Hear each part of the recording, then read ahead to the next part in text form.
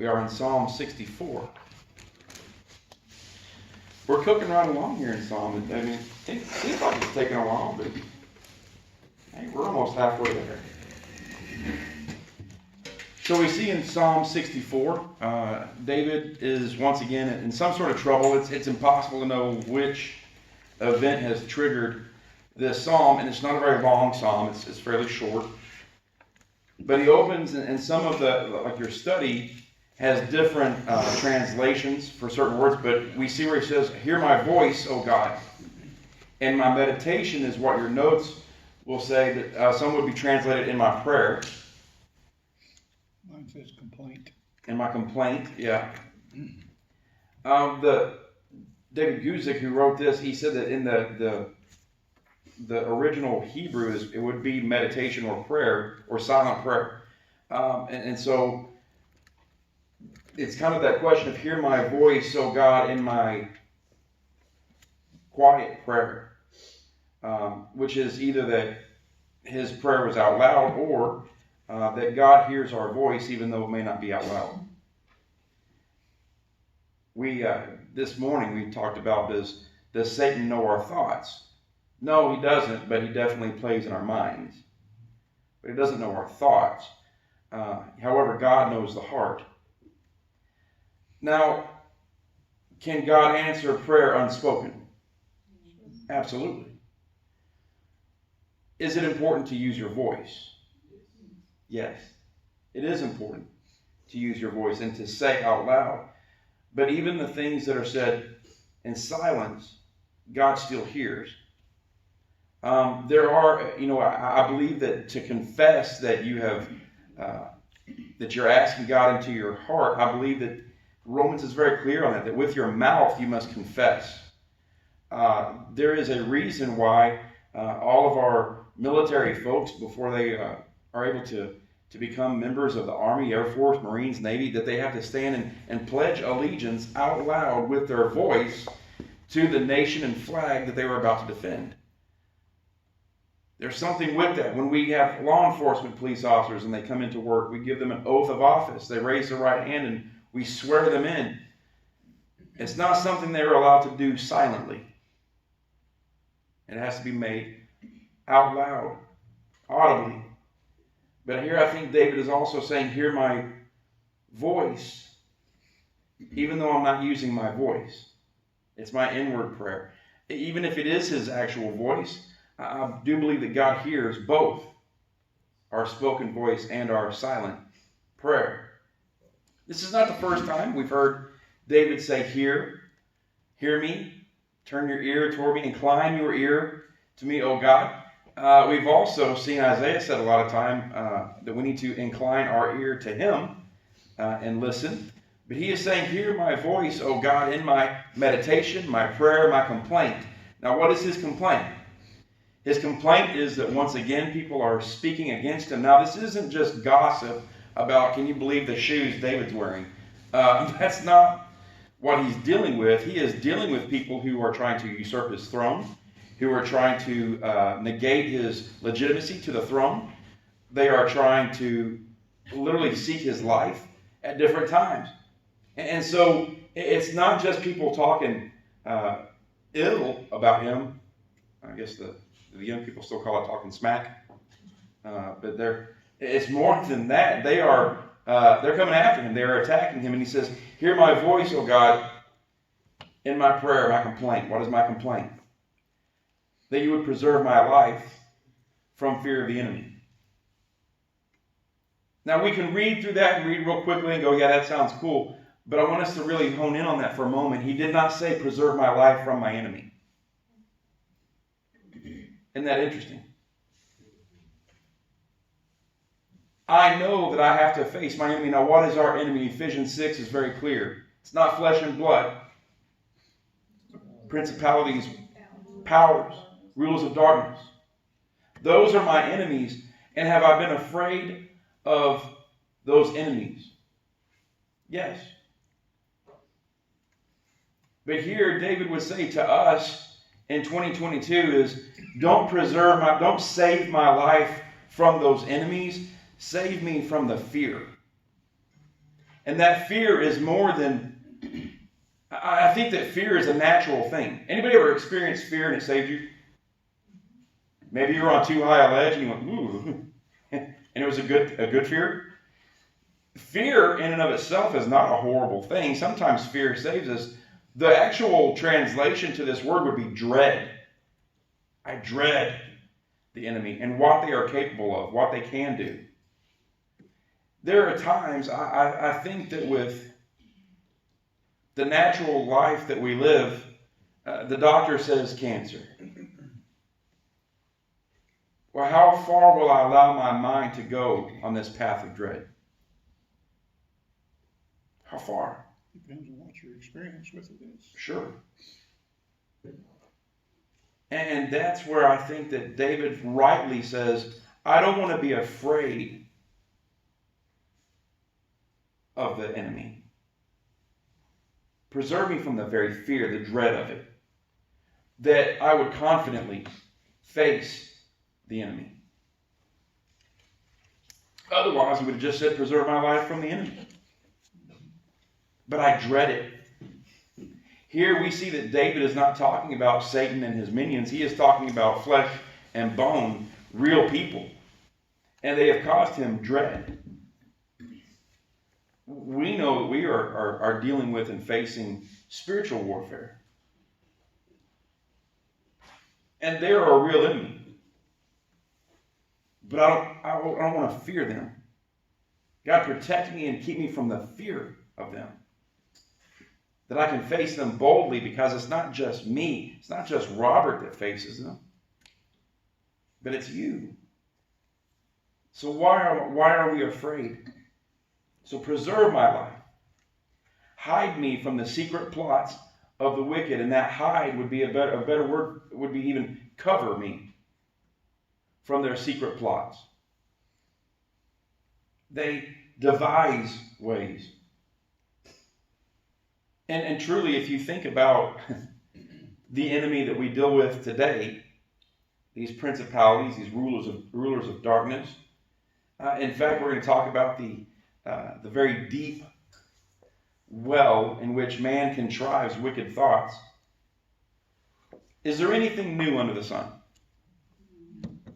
No. Sin's still sin. But as humanity, as spiritual darkness, it's almost like we can't contrive or think of new ways to do the same things. It's a bottomless pit. How can we do evil? How can we make this bad? How can we make this evil? How can we wickedize this new thing? And so these secret plots, these evil plots are constantly being hatched against David. They're constantly being hatched against you and us. If we go through life and don't experience hardships, struggles, or attacks, that may be a problem. Because you wouldn't attack something that was not a threat. If you're under attack, understand that you must be a threat. And so he says, hide me and cover me from the secret plots of the wicked. From the rebellion of the workers of iniquity. They are rebellious. They are rebellious towards the law. They are rebellious toward you. Rebellious toward any kind of structure or guidance. We've been studying in Romans chapter 13 that government is there for a reason, that we are to be to obey unless there is a spiritual moral obligation to not obey, but governments are there for a purpose. But we see a rebellious nature in our society today. Rebellious against police, rebellious against law, rebellious against parents, rebellious against schools, rebellious. If you can rebel against it, that's the end thing. Rebel. And it says, they sharpen their tongue. Now, some of your translations may say whet. W-H-E-T, right? But that is to sharpen. They sharpen their tongues like a sword. Now, we know that the tongue is a double-edged sword. We knew that already. But they sharpen it. In other words, they practice. They make sure it's sharp. It's not just that it happened to be a sword and I didn't mean to cut you. They actually meant to do it. Otherwise, they wouldn't have sharpened it. That these enemies have practiced how to inflict pain and cuts and hurt. How long has Satan practiced his craft? Millennia. He is way more practiced at this than we are. And he said they bend their bows to shoot their arrows. Bitter words. That these bitter words are their arrows. That they may shoot in secret at the blameless. Suddenly they shoot at him and do not fear.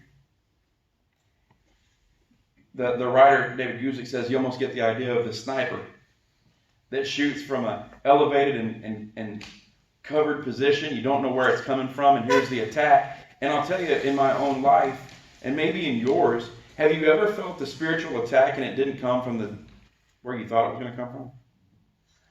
I was prepared for it to come against these people, that group, this person, that side, and all of a sudden it came from,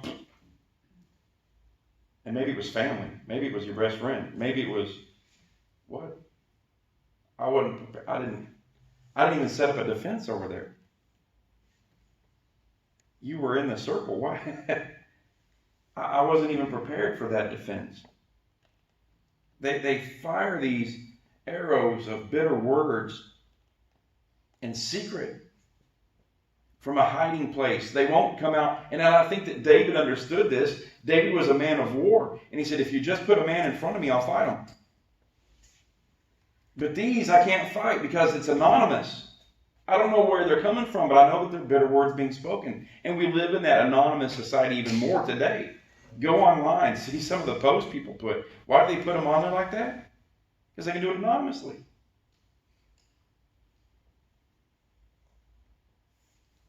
Verse 5 says they encourage themselves in an evil matter.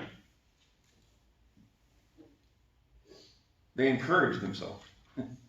We think encouragement is a good thing, but they encourage themselves in an evil matter, devising ways. They talk of laying snares secretly, and they say, who will see them? Now, David Guzik says that they do these things under the sight of God, but act as though God does not watch. But I take it in context that they lay snares. Now, has anybody ever made a snare? Robert, you've probably made a snare or two in your time. When you've set your snare, did you cover it with leaves? Cover it with some sort of grass, something? Why would you do that? You build a tunnel so that the animal will go into it. But I try to hide it. Yeah, they don't know it's there. I don't want too much scent out there. I don't want too much. I want to hide it. I want to cover it so that they will walk into the snare unknowingly. And I think this is where he says, who will see them? They've devised the snare and then craftily concealed it. And I think that Satan has become a master of this thing. When we look at it, we've, for so long, well, sin's horrible. No, listen, there's got to be an aspect of sin that's likable, otherwise people wouldn't be doing it so much. But Satan has been so crafty and says, well, one drink won't hurt you. Listen, one beer does not make anybody go to hell. Crafty. It's crafty. Because can I argue with that fact? I can't argue with that. But that's a snare. That's a trap. You're better off walking clear away from it. If I was to tell you, whoop, whoop, whoop, whoop, whoop, here's a trap and have a little point and arrow, would you walk as close to it as you could? Or would you walk as far away from it as possible? And yet with sin, we flirt. Well, I think I can jump over it. I want to see how close I can get without falling into it. Okay, maybe it's just me. Maybe you guys are super Christians. I'm just saying in my life, I have flirted with the danger of sin. And I think we live in a world that does too. And I think that's one reason why it's so important for us to not just maintain our witness, but to tell people sin is still sin. I love you. I'm not trying to judge you, and I'm not sending you to hell. I am telling you, though, it's sin. There's a big arrow that's pointing, but Satan has covered it. He's hidden it. And while the world may say it's acceptable, while the people may say it's okay, while democracy may say, hey, everybody's doing it, God still says, don't. They lay these snares secretly, and they cover and they hide it. And Satan is so good at camouflage. Satan is so good at camouflage, he himself can make the attack, and you don't even realize it. That's how good he is at camouflage. One of the stories of the greatest sin, or the greatest lie that Satan ever told was that he doesn't exist. If Satan jumped out of the bushes and went boogity boogity boo, I wish he would, but that's not how he operates. Notice even how he attacked Christ. What did he use? And what was the temptation? He used Scripture. Notice that?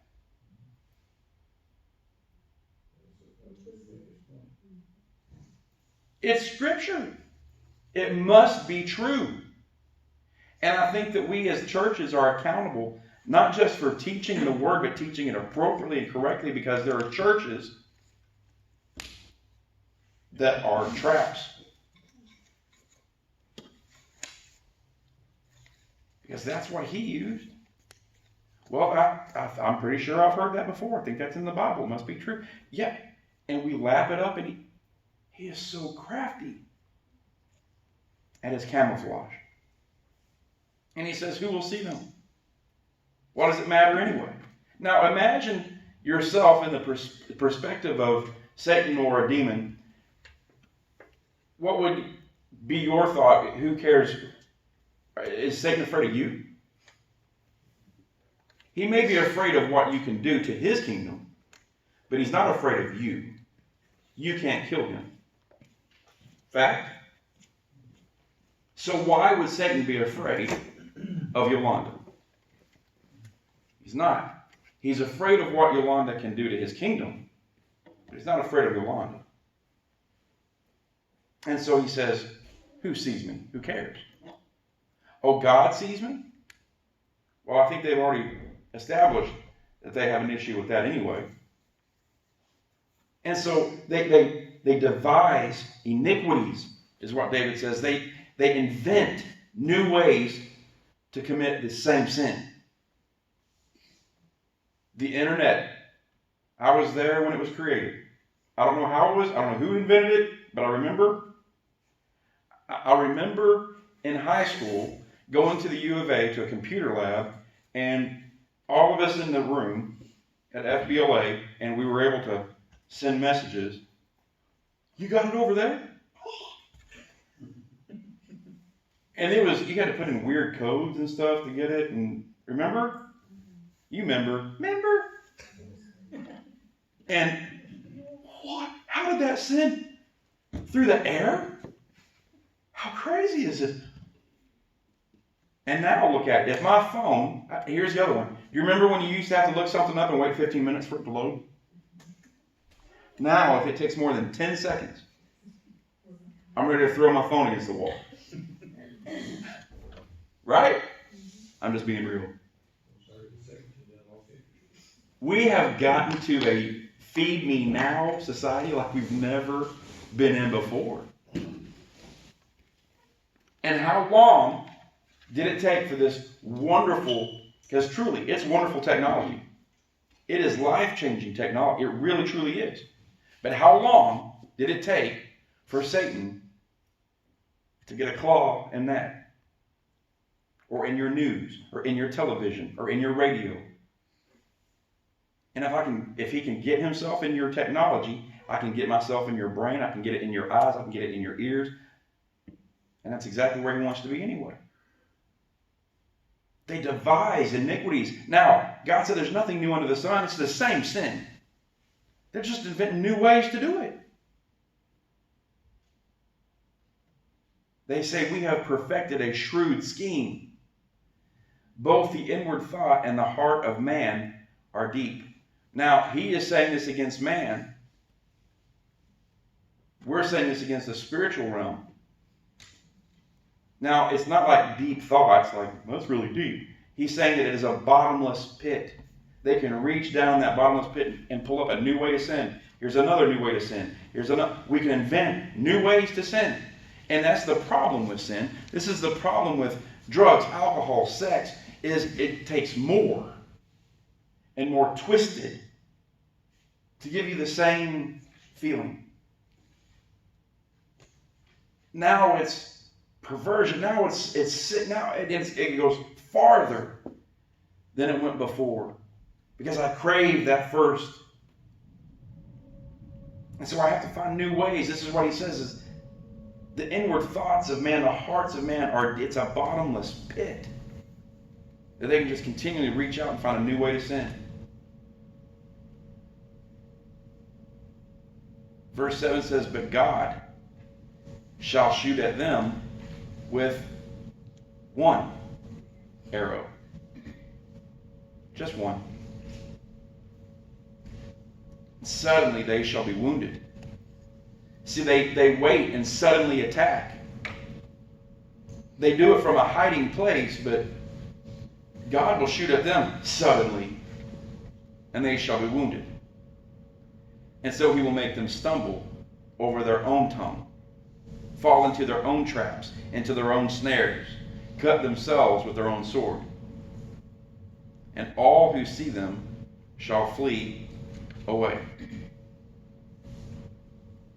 All men shall fear and shall declare the work of God, for they shall wisely consider his doing. Now have all men feared God? No. So what is David? Is this prophecy from the mouth of David that one day all men will fear God and declare his work? Yes, this is prophecy. I don't know how David knows this other than the Spirit has told him. But God will suddenly, unannounced, fire his arrow. Now, in my opinion,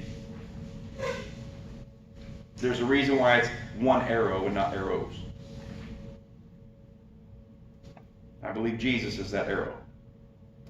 Suddenly fired. And at that moment, they will stumble over their own tongue. They will see him and they will flee away. All men will fear and declare the work of God. For they shall wisely consider his doing. The righteous shall be glad. This is different from all men shall fear. Do you see that? Some will fear. They will hide, they will fear, but they will still declare the work of God. But others will be glad. How can you be glad and fearful at the same time? There was I think that a lot of times people think about tribulation, they think about rapture, they think about that trumpet sound and what a spooky and creepy time that will be, but it really won't be. Not for us. Can you even imagine what it will be like? I mean, it kind of makes you want to shout. That trumpet sounds, and there you look up, and there he is. The one you've waited on your entire life, there he is. In full splendor and glory, the arrow of God. We will be glad in the Lord and trust in him. I won't have to fear him. There will be a world that will be crying out because it's too late. It was too sudden. I wasn't prepared. I should have known. I should have listened. They tried to tell me. But I was too busy digging in my bottomless pit. I was too busy developing my snares and my evil ways. I was too busy. But the righteous Now, how valuable is your righteousness? Well, the righteous shall be glad, so I guess only one's glad. Who makes you righteous? Jesus does. It's not in your own work. It's not in following the law. Josh can't make himself righteous, but Jesus can. And those who bear his name will be glad in the Lord and trust in him. If God has a love language, it's trust. Trust me. Trust me.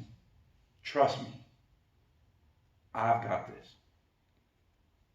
We live in a world and time, listen, I am not excited about the predictions of gas being $6 a gallon in August. I'm not.